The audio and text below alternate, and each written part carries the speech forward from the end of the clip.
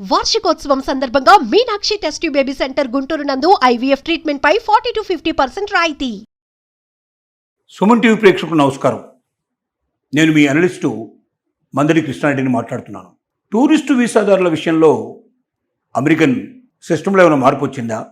ముఖ్యంగా పేరెంట్స్ ఎవరైతే ఉన్నారో, అక్కడ అమెరికాలో ఇప్పుడు ఉన్నటువంటి ఇమిగ్రెంట్స్ ఎవరైతే ఉన్నారో వాళ్ళ యొక్క పేరెంట్స్ ఇండియా నుంచి లేకపోతే ఇతర దేశాల నుంచి వాళ్ళని చూడడానికి వెళ్ళి వాళ్ళతో గడపడానికి వెళ్ళి మినిమం 6 months వరకు వాళ్ళకి అవకాశం ఇస్తున్నటువంటి సిస్టమ్ని ఏమైనా మార్చారా అని ఒకసారి మనం ఆలోచిద్దాం. ముఖ్యంగా డ్రాప్ బాక్స్ ఫెసిలిటీ ఉందా వాళ్ళకి లేదా?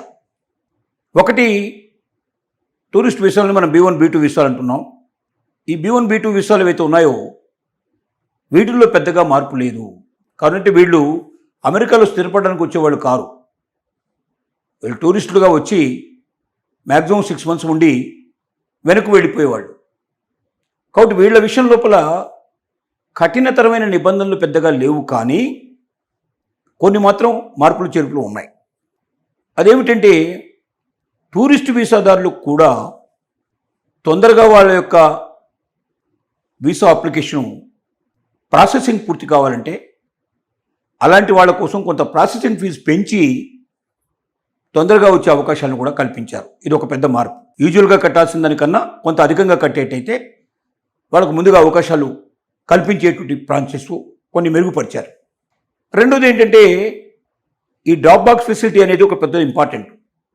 డ్రాప్ బాక్స్ ఫెసిలిటీ ఏమిటంటే, మీరు వీసా ప్రాసెసింగ్లో ఇంటర్వ్యూకి అటెండ్ కావాల్సిన అవసరం లేకుండా మీ యొక్క మొత్తం గతంలో మీరు ప్రయాణించి ఉంటే, గతంలో మీకు వీసా ఉండి ఉంటే ఆ వీసాని తిరిగి రెన్యువల్ చేసుకోవడానికి వీలుగా 5 ఏళ్లకో 10 ఏళ్లకో పరిస్థితిని బట్టి పెంచడానికి వీలుగా కావాల్సిన ఫీజు కట్టేసేసి కావాల్సిన మొత్తం డాక్యుమెంట్స్ అన్నీ కూడా డ్రాప్ బాక్స్లో ఆయా ఎక్కడైతే వీసా ఇష్యూ చేసేటువంటి అమెరికన్ కాన్సులేట్ జనరల్స్ ఉన్నాయో, లేక వాళ్ళు ప్రత్యేకంగా నామినేట్ చేసినటువంటి కొన్ని సంస్థల యొక్క సంబంధించిన ఆఫీసుల యొక్క డ్రాప్ బాక్సుల్లో మనం వాటిని వేసేసినట్టయితే ప్రాసెసింగ్ మొత్తం పూర్తయిపోయి కంప్లీట్ అవ్వడం కానీ, లేదా అవసరం అనుకుంటే ఇంటర్వ్యూకి పిలవడం కానీ, ఈ రకమైన పరిస్థితులు ఉన్నాయి.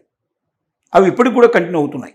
కానీ గతంలో ఎవరికి ఉండేదంటే, ఈవెన్ H1B వీసాదారులకి, ఈవెన్ మామూలుగా F1లో వెళ్ళినటువంటి స్టూడెంట్స్ ఇంకా ఏదైనా మార్పులు చేర్పులు చేసుకోవాల్సిన వాళ్ళకి చాలామందికి అవకాశం ఉండేది.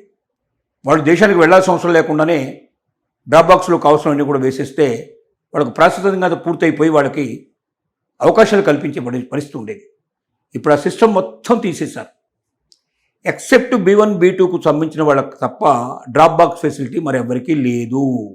ఈ డ్రాప్ బాక్స్ ఫెసిలిటీ వల్ల పేరెంట్స్కు మాత్రమే కొంత మేలు జరిగే అవకాశం ఉంది. ఎందుకంటే వాళ్ళ ఏజ్ రీత్యా కానీ, వాళ్ళు ఓన్లీ టూరిస్టుగానే వస్తారు కాబట్టి, మ్యాక్సిమం 6 months మాత్రమే ఉంటారు కాబట్టి వాళ్ళని ఎక్కువగా బాధ పెట్టడం కరెక్ట్ కాదు అనేటువంటి దృక్పథంతో వెళ్ళడం జరుగుతుంది.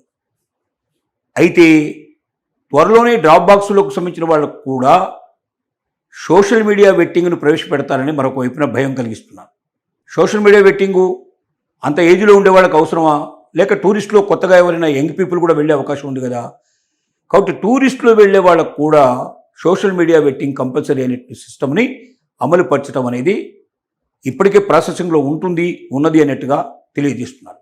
ఈ సోషల్ మీడియా వెట్టింగ్ వల్ల పెద్ద సమస్య ఏమిటంటే, వాడు చెప్తున్నటువంటి కారణాలు వేరు, జరుగుతున్న విషయాలు వేరు. వాడు చెప్పే కారణాలు ఏమిటంటే, ఎవరైనా అమెరికాకు వ్యతిరేకంగా మాట్లాడడం కానీ, వ్యతిరేకంగా పోస్టులు పెట్టడం కానీ, లేక పెట్టినటువంటి పోస్టులను తిరిగి వేరే వాళ్లకు దాన్ని పంపడం కానీ, లేక వాళ్లే క్రియేట్ చేయడం కానీ, అమెరికా కానీ అమెరికా మిత్ర దేశాలకు సంబంధించిన వాడు కానీ వ్యతిరేకంగా ఏదైనా ఉందా? అమెరికన్ విధానాలకు వ్యతిరేకంగా ఏమన్నా ఉందా? సపోజ్ అమెరికా ఇవాళ పశ్చిమాసియాలో యుద్ధం చేస్తోంది. ఈ యుద్ధం కరెక్టా కాదా? ఇరాన్ను వ్యతిరేకంగా చేసిన యుద్ధం కరెక్ట్ కాదు, అమెరికన్ తప్పు అని చెప్పి ఎవరైనా పోస్ట్ పెట్టారనుకోండి, ఆటోమేటిక్గా వాళ్ళు ఎలిజిబిలిటీ పోతుంది అనే పరిస్థితి ఏర్పడుతుంది.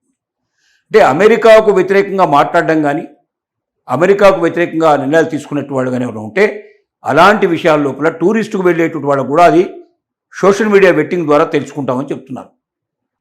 కాబట్టి సోషల్ మీడియా వెట్టింగ్ అనేది ఈవెన్ టూరిస్ట్ వీసాలకు కూడా అమలు పరిచేటువంటి విధానంగా తెలియజేస్తున్నారు. ఇది అమలు పూర్తిగా అవుతే మాత్రం టూరిస్టులు వెళ్ళేవాళ్ళు కూడా చాలామంది ఆగిపోవాల్సిన పరిస్థితి ఏర్పడుతుంది. అంటే అక్కడ చదువుకోవడానికి వెళ్ళేవాడు ముందు నుంచి భయంగా ఆలోచించి అలాంటి పరిస్థితులు లేకుండా చూసుకుంటాడే కానీ టూరిస్ట్ అనేటువంటి వాడు స్వేచ్ఛాజీవి. తను అమెరికా చూడడానికి వెళుతున్నాడు. అట్లాంటి వాడి మీద కూడా సోషల్ మీడియా వెట్టింగ్ పెట్టేసి అతనికి ఇబ్బంది కలిగించే పరిస్థితి ఏర్పడితే ఇబ్బందులు అవుతాయి. పేరెంట్స్ విషయంలో మాత్రం డ్రాప్ బాక్స్ ఫెసిలిటీ ఉంది. ఆ ఫెసిలిటీ ఎక్కడికి వెళ్ళలేదు. ఎవరైనా తమ వీసా పూర్తయి 12 నెలల లోపల, అంటే వీసా పూర్తి కాబోతుందన్నట్టు 12 months ముందర నుంచే వాళ్ళు డ్రాప్ బాక్స్ ఫెసిలిటీ ఉపయోగించుకొని దాంట్లో వాళ్ళకి సంబంధించిన మొత్తం కావాల్సిన రిక్వైర్డ్ మొత్తం ఫామ్స్ అన్ని కూడా ఫిలప్ చేసి దాంతోపాటు ప్రిస్క్రైబ్ ఫీజు కూడా కట్టేసేసి డ్రాప్ బాక్స్లో వాళ్ళకి సంబంధించిన పేపర్స్ వదిలేస్తే వాళ్ళకు ఆటోమేటిక్గా వీసా రెన్యువల్ అయ్యే అవకాశాలు ఉంది. లేదా ఒకవేళ పిలిస్తే తప్పనిసరిగా అవసరమైతే వాళ్ళని కాన్సులేట్ జనరల్కి పిలిచి వాళ్ళతో మాట్లాడి అక్కడ వాళ్ళకి వీసా మంజూరు చేసే అవకాశాలు ఉంటాయి. కాబట్టి దీనికి ఒకటి మాత్రం డ్రాప్ బాక్స్ ఫెసిలిటీ ఉందని క్లారిటీగా చెప్పగలుగుతున్నాం.